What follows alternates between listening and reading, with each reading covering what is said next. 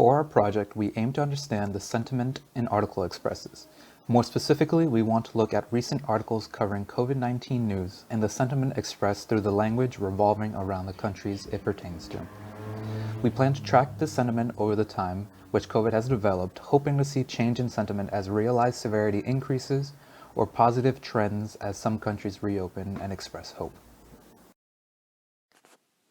For our project, we are using News API to scrape articles from all news sources within the US, and specifically we're looking into world news and opinion sections. We're not looking at any international news sources, firstly because most of the languages used is not English, and secondly, US itself has over 1,000 daily newspapers, which I think gives enough data for us to work with.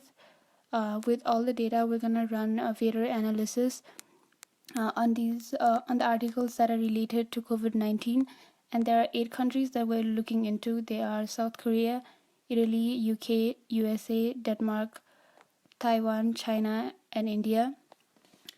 Additionally, what we think could be very interesting is to look at how the sentiment score for each of these countries changed over time, because it's a very new virus, so there's new information coming in for each of these countries every single day. And moreover, the outbreak has happened at each of these countries at different points of time and at different intensity as well. So for that, we'll be looking into articles that were published between January and April.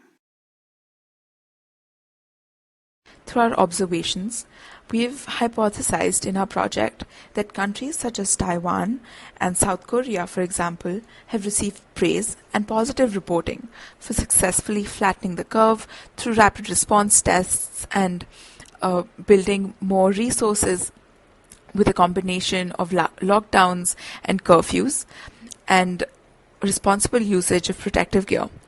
Whereas other countries, such as the United States, the UK, India, China, for various reasons have received negative reporting in many news articles. This may be for reasons ranging from late responses, harsh policies, or a lack of resources.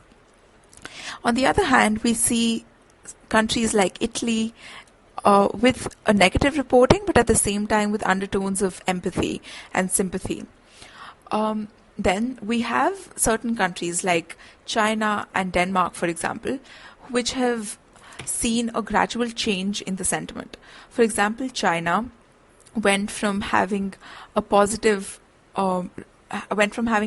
reporting in terms of building resources and having a good response towards the COVID-19 virus. From today, as we see negative reporting, such as them being responsible for hiding facts, etc. On the other hand, we have Denmark, which was actually one of the first countries in Europe to go into complete lockdown, and is also one of the first countries that has decided to come out of the lockdown and is trying out their herd immunity approach. So these are our hypotheses, and we hope to learn more about them.